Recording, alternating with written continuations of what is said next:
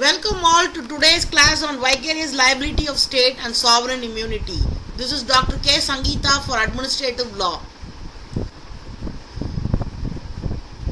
Here, this principle of vicarious liability of the government for the torts committed by the servants. The principle is rex non potest pecare. The king can do no wrong.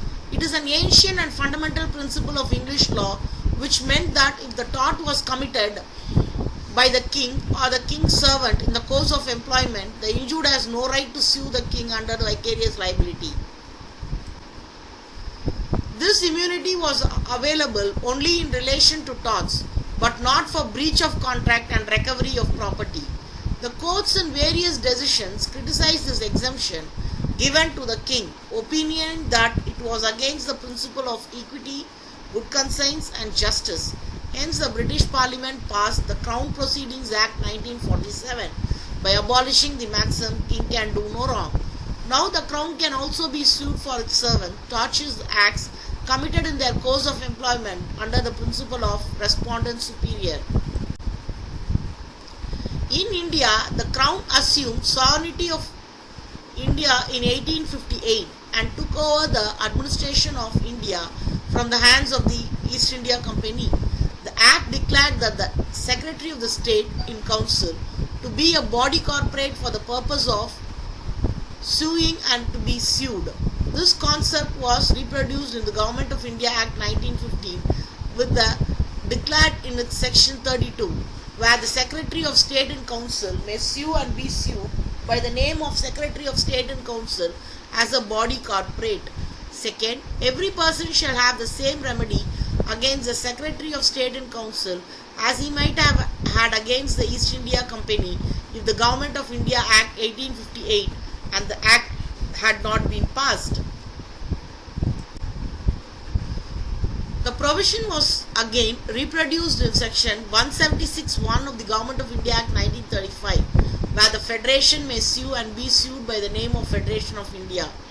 The provincial government may sue and be sued by the name of the province, and without prejudice to the subsequent provision of this chapter, which may be subjected to any provision which may be made by the Act of Federation of Provincial Legislature enacted by virtue of power conferred on that legislator by this Act, sue or be sued in relation to their respective affair in the like cases of the Secretary of the State for India in Council, which might have been sued or been sued in the Act which has not been passed. This very provision has been incorporated in Article 301 of the Indian Constitution.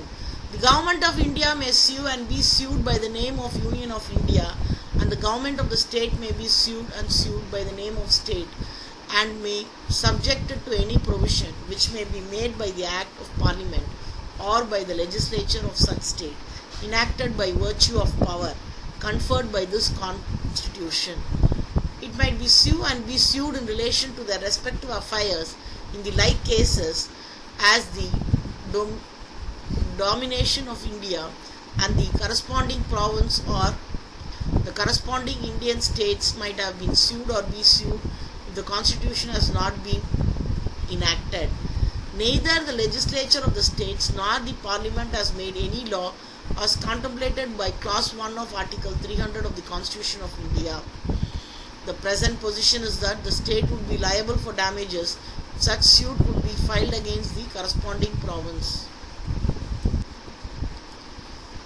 The case law of government liability in torts before the commencement of the Constitution. The first leading case on this is the Peninsular and Oriental Steam Navigation Company was the Secretary of the State for India in Council. In this case, the servant of the plaintiff company were proceeding on a highway in Calcutta, driving a carriage, and were passing by the dockyard, which was a government property. The servants of the government dockyard were carrying a piece of iron funnel in the center of the road.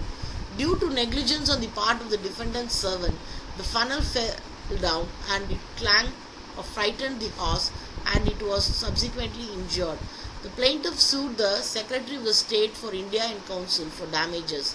An act was brought for the recovery of damages of Rs 350 against the Secretary of the State for India in Council as employer of the workman. It was held that the maintenance of the dockyard was considered to be a non-sovereign function, and as such the government was held liable. As the impugned act fell within the non-sovereign function, the action was maintainable. In the next case, in Secretary of State versus Cockcraft, it was held that the maintenance of the military road is a sovereign function and the government is not liable for the negligence of the servant in stacking of gravel on the road, which resulted in a carriage accident causing injuries to the plaintiff. After the commencement of the constitution cases, the first one is the state of Rajasthan versus Vidyavati. A temporary employee of Rajasthan government, while driving a government jeep car from the workshop after repairs, knocked down a pedestrian with a rash and negligent driving. The pedestrian sustained multiple injuries, as a result of which he died. In the suit by his widow wife against the state of Rajasthan for damages, the Supreme Court held that the state was liable because the accident took place while the carriage was returning from the workshop, which was not an act in the exercise of sovereign function. In the next case, in Kasturilal was the state of Uttar Pradesh, a person was taken in custody on suspicion of being in possession of stolen property and taken to a police station. His property, including certain quantity of gold and silver, was taken out of him and kept in the Malkana till the disposal of the case. The gold and silver was misappropriated by a police constable who flew to Pakistan. The appellate sued the state of Uttar Pradesh for returning of the gold and the silver. In the alternative, claimed damages for loss caused by negligence of the Meerut police. The court held that the state was not liable as the act of negligence was committed by the police officer in the exercise of sovereign power by holding the power to arrest the person, to search him, or seize the property found with him, or powers conferred on the police officers by statute as a sovereign power. In Shamsundar and others versus the state of Rajasthan, Navneethan Lal, an employee of the state of Rajasthan, was at the material time working in the office of the Executive Engineering Public Works Department, Bhilwara, as a storekeeper. In connection with the famine relief work undertaken by the department, he was relied to proceed to Banswara. For that purpose, he boarded a truck owned by the department of the Bhilwara and reached Chittorgarh in the evening. After having travelled 4 miles, the engine of the truck got fire. The driver cautioned the occupants, who was Navneethan Lal and the other 3 persons, to jump out of the truck. While doing so, Navneethan Lal struck against a stone lying by the side of the road and died instantly. The Supreme Court held it was not a sovereign function of the state and could be undertaken and done even by a private authority, and so compensation need to be paid. Sovereign power. Every sovereign exercises sovereign power in its territory. In performing its function, it enjoys sovereign immunity. The sovereign immunity is necessary for its existence and functions. However, the state should follow the following condition. The employees of the state must exercise the sovereign function legally. If they violate the law, their act cannot be treated as an act of sovereign function, and the state shall be held responsible. Second, the state is liable for the torts committed by the servant in exercise of the non-sovereign powers. The state is not liable for the torts committed by the servant in exercise of sovereign powers. Next, maintenance of law and order, services of defense forces, and administration of justice, etc., are considered to be sovereign functions. Acts committed in exercise of sovereign powers. In state of Orissa versus Padmalochan, a mob emerged on the scene of the office of subdivisional officer Orissa to protest. Military police and some police personnel manhandled some persons of the mob, resulting in injury to the plaintiff.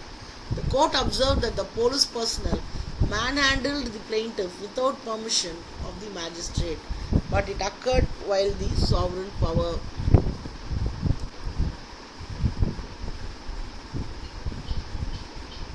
In the next case of Bakshi Amir Singh versus Union of India, the driver Amir Singh, who was in the car, received serious injury when an accident happened with a military truck. which was driven by the driver, who was an employee of the military department. Ahmed Singh brought an action against the department. The court observed that the driver was on duty to check the army personnel on duty throughout the day and night. He was discharging the sovereign power. It was held since the military driver was acting in discharge of sovereign function of the state, the Union of India was not liable for the injuries sustained by Amar Singh as a result of rash and negligent driving of the military driver. In the next case, Union of India versus Harbans Singh, it means where being carried from the cantonment Delhi for distribution of military personnel on duty. The truck carrying meals belonging to military department was being driven by a military driver. It caused an accident resulting in the death of the person. It was held that the act was being done in exercise of sovereign power and therefore the state could not be made liable for the same.